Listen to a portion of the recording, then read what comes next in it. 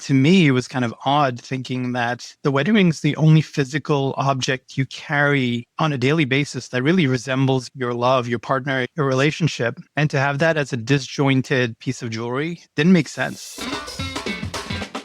You're listening to Customer Growth Sessions, presented by Intergrowth, where we talk through strategies to help up-and-coming e-commerce businesses bring in more customers. I'm your host, Pat Ahern. Let's jump in. All right, listeners, welcome back to the latest episode of Customer Growth Sessions. Today, I'm thrilled to have on Vipul Lakhi, the founder and CEO over at My Trio Rings. Vipul, welcome to the show. Thank you, Pat. Thanks for having me. Oh, we're so excited to jump in today. Can you start out with an overview? What is My Trio Rings? Sure. So My Trio Rings is a direct-to-consumer jewelry brand. We specialize in engagement rings, ladies' bands, and men's band. So the 3 rings that you need for your wedding, and we sell them all as a matching set. So it's a pretty unique proposition out there in the market. Typically, when you're getting married, you're going to go out there, find an engagement ring and propose with that. And then later think about, okay, now that we're getting married, we need to have a matching ladies' band that goes with that engagement ring so it can sit well flush together. And then the men's band is sort of an afterthought, often for many couples, where it's just like, oh yeah, we just need a ring for him. We really try to make the whole experience a lot more special. We feel like modern couples are now buying all the rings together. They really care about the unity that combines, that shows they're a united couple. It's having the matching element, but also saving money by buying all 3 rings together. That's really another value proposition for couples. And I can definitely relate. When my wife and I got married, I picked out her engagement ring. And then exactly as you said, then we had to find a matching wedding band for her. And then again, exactly as you said, we got my ring, which was very much an afterthought. So I love the idea of grouping all 3 of them into one purchase, making sure that it's like truly a set that goes together. Exactly. I remember when I was getting married, my wife wanted everything to match, between our invitations to the decor in the wedding or what the mother-in-laws were wearing, right? Like there should be a certain tying element, because it's really a couple coming together, 2 families coming together. And to me, it was kind of odd thinking that the wedding ring is the only physical object you carry on a daily basis that really resembles your love, your partner, your relationship. And to have that as a disjointed piece of jewelry didn't make sense. It's such a good point. We're going to get back into My Trio Rings in a second. One of the questions I really want to start talking about is some of the past ventures that you've worked on. My Trio is really business number 5 on your list. So I probably some tough subjects in here, but I want to talk about some of the businesses that didn't work out. Can you give us maybe 1 or 2 examples of past businesses that really didn't work out? Sure. The first one I started was in high school, actually. I was 16, really didn't know what I was doing, but I was very eager to make some money. Really didn't get much of an allowance. And I thought, okay, well, if I really want to buy all the things I want to buy, I got to earn it myself. So I signed up to these websites to get click and get paid, click on an email and get paid, a quarter or whatever, 10 cents. And you do a number of emails for enough time and you'll eventually make some money. And while doing that, I found a programmer based in the Netherlands that wanted a partner. So I worked with him to start a new website called Quicker Clickers, where we would set up an advertising agency and we would essentially do the same. We would recruit people to come on and click on an ad and we'd pay them a certain amount. And we get advertisers to kind of let us know what demographics they're looking to target. And we would send the ad out accordingly. So it was very early on. I mean, it was pre-2000 and really this kind of targeting wasn't there. And so online advertising was really kind of coming about. So decided to give it a shot. We had 90,000 members that signed up within the first year. I mean, the business only lasted a year. But it really was a fabulous experience for me to kind of go out there, figure out, okay, how do I get enough capital? I didn't really need that much money to start it, but a few $100s to start it. So I had to get a couple of friends to come in, to put in some money, put in some time, and realize, wait, maybe those friends aren't really pulling their weight, and maybe this isn't working out with them. So part ways and really kind of find different solutions and how to move forward. Also helped me kind of figure out how to handle situations when you're getting hacked and people are kind of misrepresenting your brand and kind of luring your members to put money in on your brand name, but it's really not your branded website. So it was a very interesting experience at that time where I really didn't know how to navigate these things. It really fell apart by the end, by the year and a half that went by. But by that time, I was already in college and really learning how to formalize this into a new business, into my next venture. So I walked away thinking, okay, well, that was a great experience. It didn't work at the end of the day, but I got a lot out of it. And now whatever I go into, I think I'll really know how to approach it in a better way. So while being in university, I did figure out a couple different ideas along the way. So found out that textbooks were crazy expensive my freshman year. So I reached out to my cousin in India and asked him, hey, do they sell this textbook there? And he said, yeah, it's really only $10. And I said, well, it's $150 in the bookstore here. So he said, all right, I'll ship it to you. So he shipped it. It cost $20 to ship. So the book cost me $30. And I said, wow, a lot of my friends could want this. So I decided to reach out around the university, try and sell the books there, start listing books on Amazon, eBay. There were 15 other websites. So we used to list them, found a few thousand different titles that they had, and used to list them on all these different platforms and drop ship directly to whichever customer wanted it in the beginning of the school season. And I really did that for a good 4 years. And that was a successful venture because that paid for a lot of stuff in college where you really try to like make ends meet, and having money coming in was awesome. So through there, I started a couple other ventures, found other people that I like working with, mainly one business partner that I really enjoyed working with. He was my roommate. He was my best friend. I shouldn't say was, he is my best friend. And we started working together on other ventures. So once I was graduating, was really trying to figure out, okay, now what do I want to do? So I took a pause on the textbook venture because that was really relevant while I was in college. But then after that, I didn't really find it to be so scalable. I know President Obama had just gotten inaugurated. So I had a friend, hardcore Republican, saying, I think he's going to do a terrible job. And I said, well, I just don't know how he's going to do.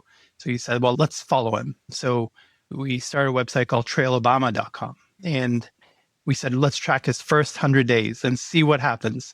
And so every day we would scour the internet, just see what he's doing and publish that. And eventually we had this idea saying, oh, why don't we just reach out to the White House and find out, like, can they give us any information? So somehow we got onto this, we got access to the schedule for the day. And they would send us, obviously the secret information was hidden, but we'd have his core kind of meetings that he was going to have that day. And we'd put that on our website. And our traffic started blowing up. We started getting featured on a number of different websites like CNBC or ABC TV. And in a matter of 4 months, we were getting a partial investment from even someone that worked at MTV and thinking about how we can scale this up. And I realized that I was just in the business with the wrong people. We just were not aligned. We didn't really think things through. We didn't really have a business idea or plan for how this was going to go. This was purely kind of a hobby project, just seeing like what's going to happen. But it made me realize that I really want to be in business with the right people. So when I graduated and I had the 4 months of Trail Obama experience and the entire kind of project self-combusted, we were kind of offline within a matter of 5 months. I thought, okay, now we got to figure out the next thing. And so I was consulting at that time, kind of helping other startups get set up. And I thought, you know what? My family is in the industry, the jewelry industry, for the last 3 generations, and I can be the 4th generation jeweler. I didn't really want to join unless I can really bring some substantial value to the family business. And I thought, okay, well, based on the past experience that I've had, even selling the textbooks on a number of different marketplaces, I thought, you know what? There is something that I can do here. And so that's where I kind of paired up with the family business and said, our family business is very focused on the diamond manufacturing and wholesaling side. I thought I could take it to the retail side. So after studying the market and kind of helping some of my friends with their engagement rings, I realized that there is really a space for me on the matching engagement ring side, the matching trio ring side. And so I got my friend who I'd been working with on the textbooks to come in and help me kind of scale up this jewelry business. So that's where we are today. That's amazing. So much to respond to there. First, I love the fact that business number 2 was a textbook selling business. I would say first business that I tried to start was very similar. It was in high school, and I went to a high school where we had to buy our own textbooks. And I found out that end of the school year, a lot of kids in kind of like the like fit of joy when they were done with their final exams would just throw away perfectly good textbooks. So I spent It was basically like the week that final exams were happening. And then a couple days after final exams ended for me, that other kids had exams, I would go into the school, go dumpster diving, find these textbooks and sell them on Amazon. And I got back in those days, that was pretty much all Amazon did, was they were a textbook or a bookstore, I guess I would say. And some of those books were definitely not up to the standards that Amazon was going for. So to this day, I don't think I'm allowed to sell products on Amazon, just period. So it sounds like you had a little better success than I did with it. No, actually, Amazon has had strict rules back then saying you're not allowed to sell international edition books, even though they're fully legal to sell. Even did a IP course in college to really study this and spoke to a couple lawyers. And once someone acquires a book, it becomes their property. They're able to sell it.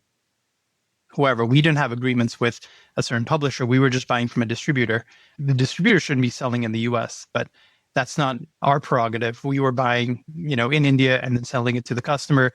And so we were suspended on Amazon. We had to fight, and we finally got our Amazon account back up. But man, that was a process too. So I'm right there with you. That's amazing. Well, with these businesses, I wanted to pick your brain on how you decide it is time to shut down a business versus it's time to double down and go all in on this. So, and we can take one example, we can take a look at multiple businesses in the mix, but let's say with some of those businesses you shut down, what were some of the signs that it was time to call it quits, that it was time to shut down that venture? Sure. I can give you a couple of examples from the ventures I've shared. So for Quicker Clickers, it was very clear we were being hacked. I didn't have the experience, knowledge, or connections to kind of resolve that. So it was very clear this is not going to go anywhere. It's going to be a complete uphill battle. It's not worth the effort. For Boston Bookworks, which was a textbook company, that my partner and I disagreed. I had to buy out my partner because he didn't see the long-term view for the textbook business.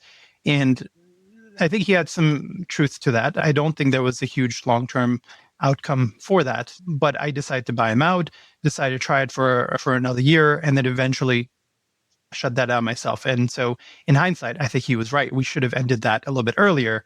For Trail Obama, it was very clear. I was in the business with the wrong people. We just did not see eye to eye. We were just having a number of disagreements on all fronts, and there was just no mutual understanding between where this business is going to go.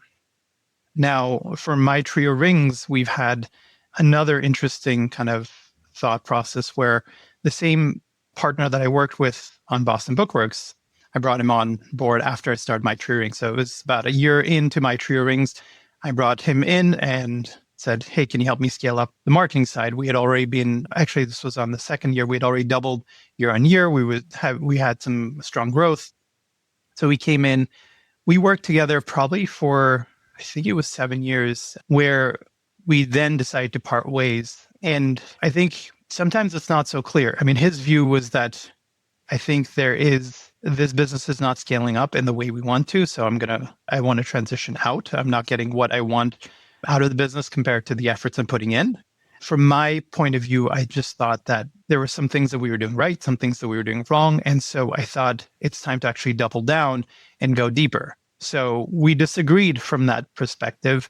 And I think that's okay. I think each person that's running the business might have a differing opinion, but it's about the conviction. If you truly believe that there is something here, and I think you have to kind of take out that kind of founder bias, because it's always going to be your baby. I mean, even being a parent, it's always your baby, right? And you're going to see your child from a very kind of rose-eyed glasses point of view.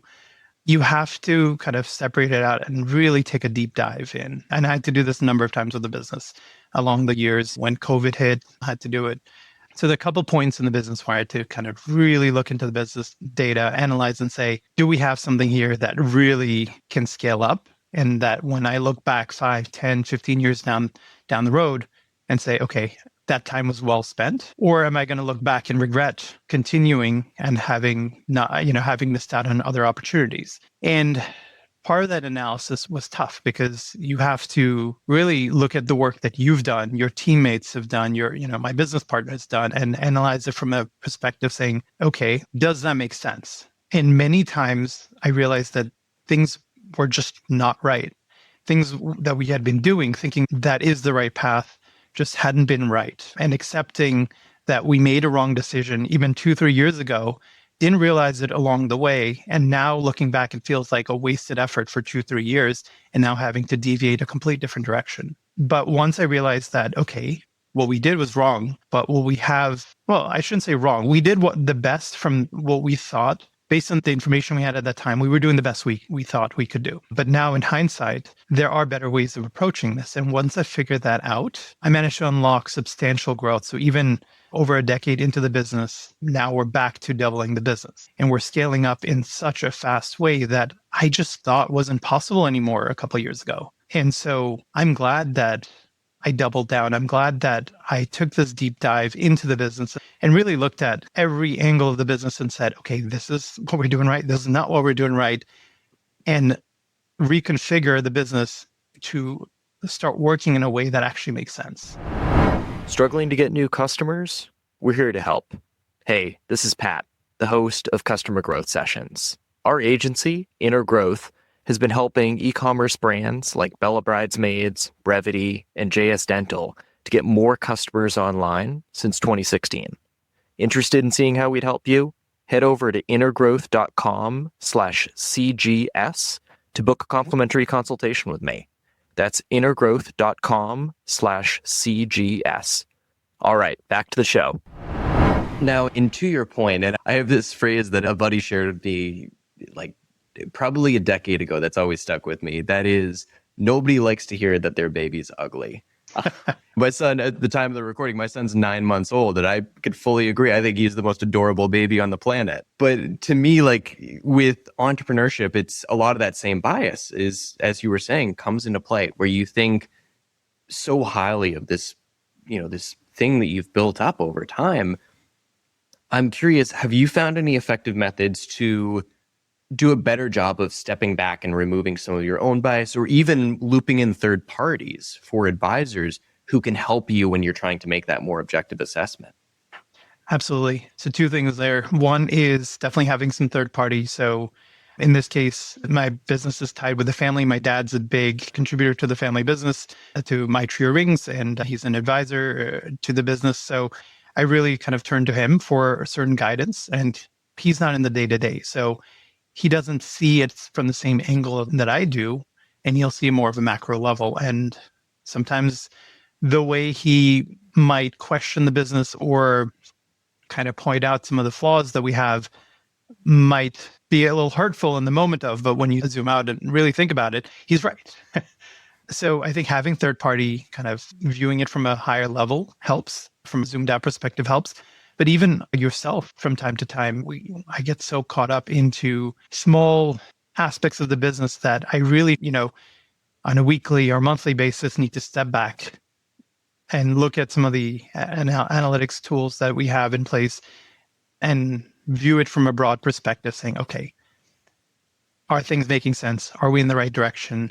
Figure out how to drown out all the noise, because there's a ton of emails, ton of messages coming your way, all the employees asking you questions about specific initiatives, and you have to kind of put that all to the side and say, okay, what do I think? Where do I think we're going right now? Is this the right direction?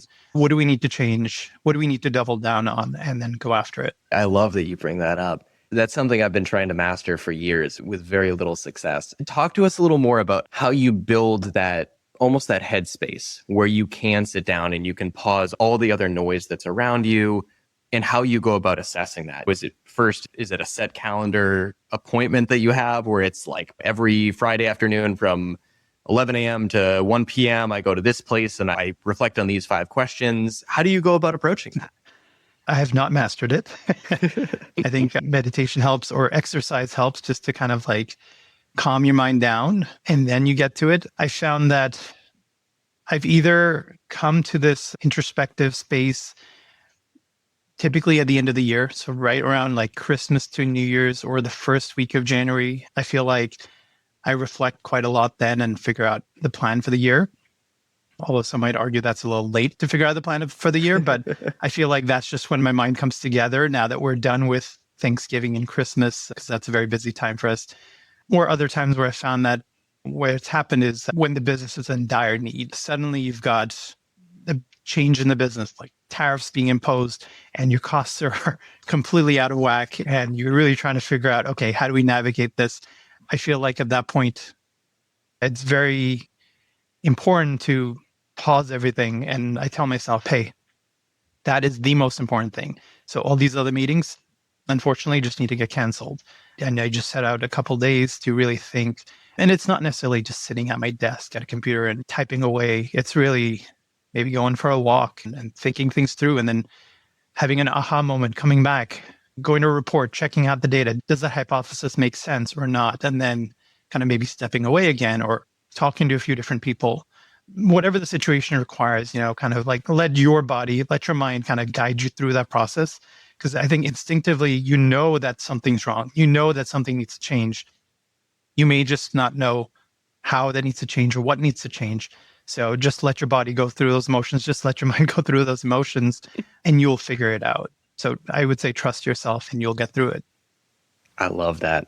It sounds like you've nailed it down a lot more than I have, but the closest I've come to an answer is it sounds like in general in line with what has worked for you, which is I find that I almost have to give myself like these periods of time where I guess like my equivalent form of meditation or like somewhere where I can get into like a different headspace. For me, it tends to be like I'll go off rock climbing and maybe I'll work like a half day and I'll just have a very leisurely climb and I'll just reflect on a lot of these big picture questions. I find it's really tough to do during the times that we are busiest or there's the most stressful things going on.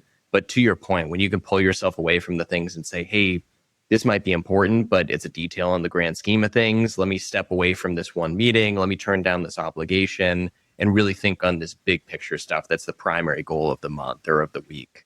I want to talk a little more about business partners. So having worked with a few different business partners over time, what do you see as the biggest pros and cons, let's say, that come with having a business partner or multiple business partners? Tough question. I think you want to work with someone that you truly respect, appreciate, care for. I think getting into business, let's say with Trail Obama, with people that I didn't really know. And sometimes that can work. And I know certain examples where that's worked, but in my case, I've not found luck with that. I feel like I need to be able to connect with the person on a one-to-one level. I need to feel like there's a lot that they have to contribute to the business and that they need to feel the same way that I have a lot to contribute to the business. We need to have that mutual respect, as I shared earlier, because things will go wrong.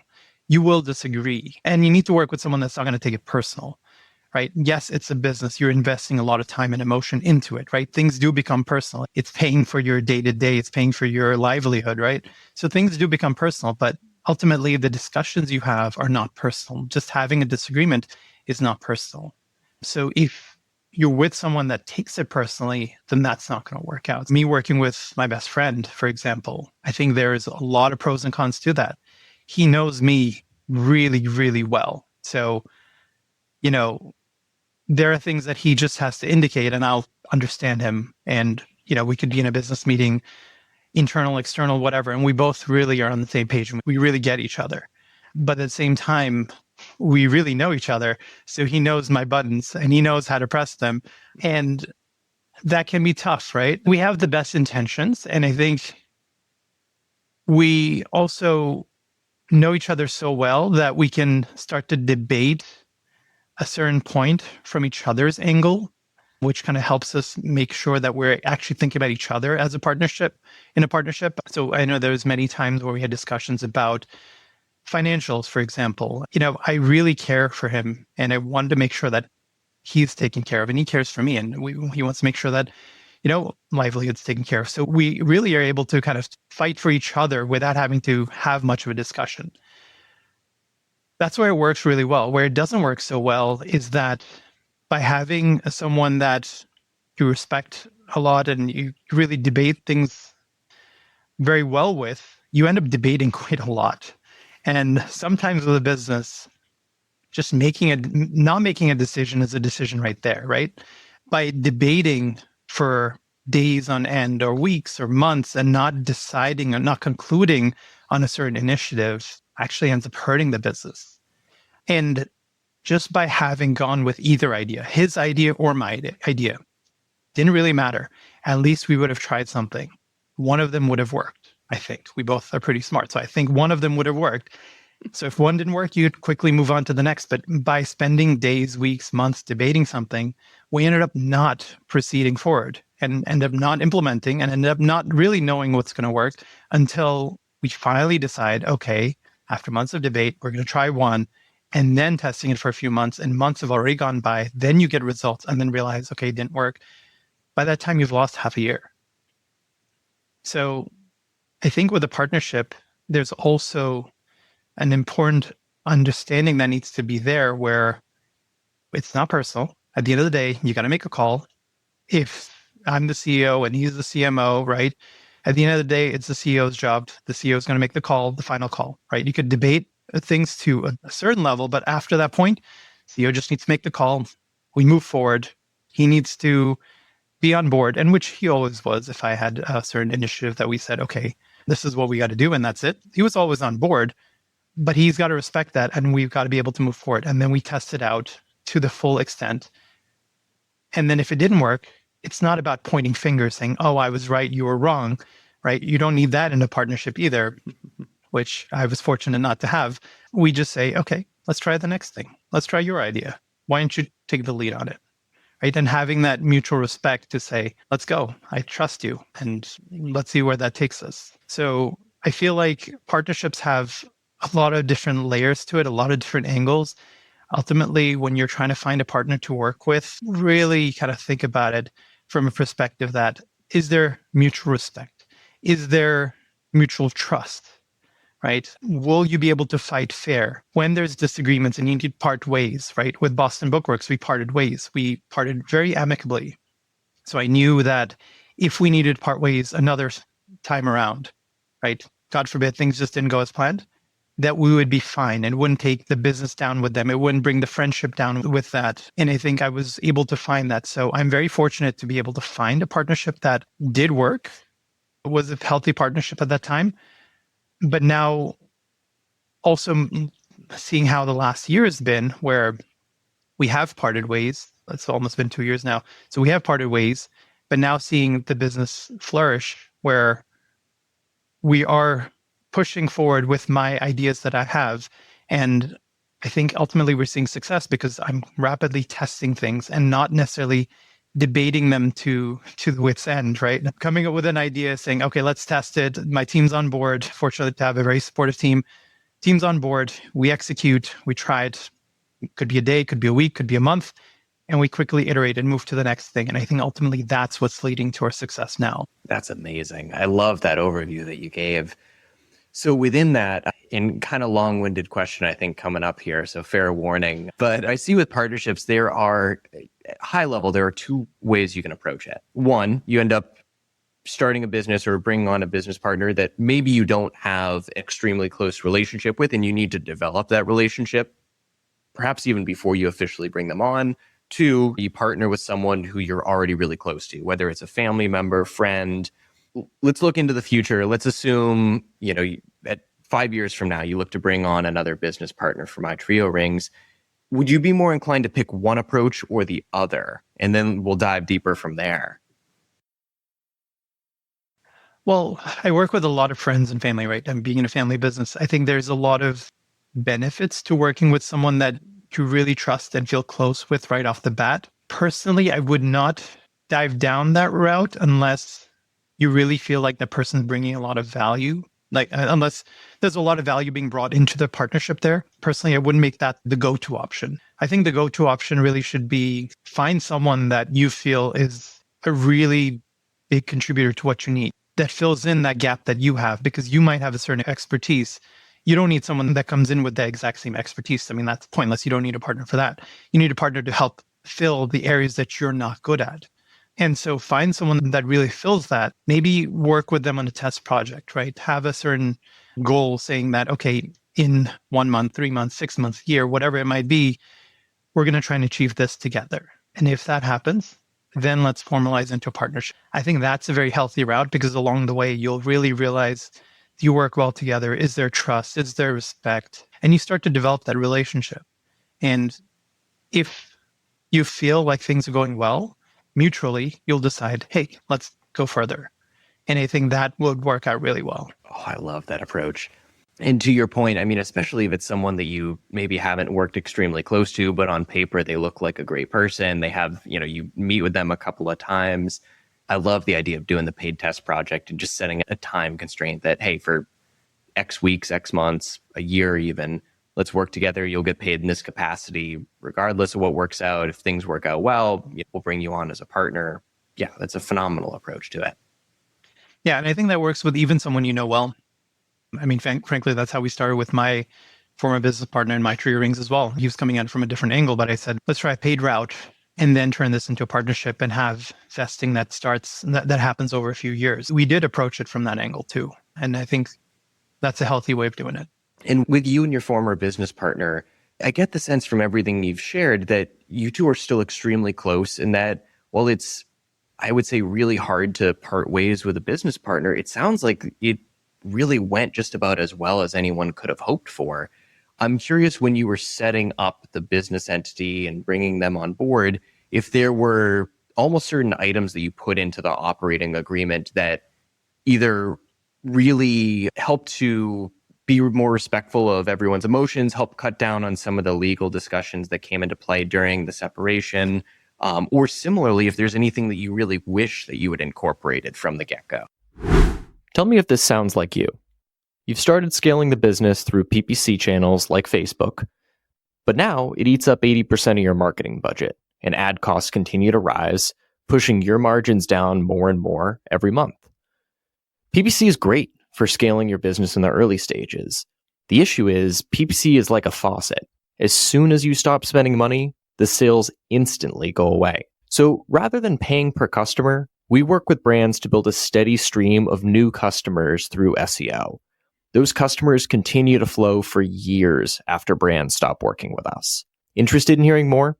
Reach out to us directly at intergrowth.com/CGS to book a complimentary strategy session with our team. Yeah, I think having trust and respect, at least in our industry, I mean, in the diamond industry, a lot happens over a handshake. Working with a friend that you did have mutual trust and respect, I think it is easier to work together. There are some things that you can overlook in the operating agreement. I remember there was a certain part where we both had a certain kind of interpretation of the operating agreement, even though it said that in writing. I mean, it's technical legal language, right? I mean, it's sometimes hard to understand. We both agreed on a certain interpretation, even though in writing, years later, when we reread it a few times over and got legal help, it actually said something a little bit different.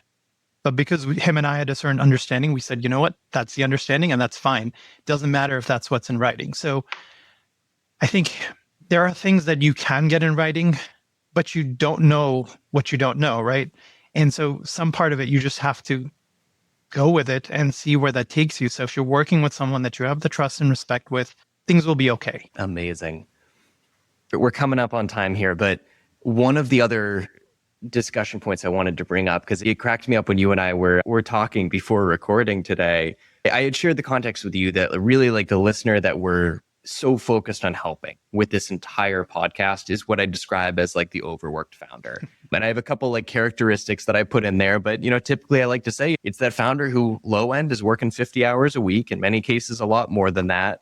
They're probably paying themselves half of what they could be earning at a corporate job, but they really believe in their business and they want to make it work. They're, in many cases, maybe they're in like the really emotionally tough, difficult part of their business, and they're trying to get through.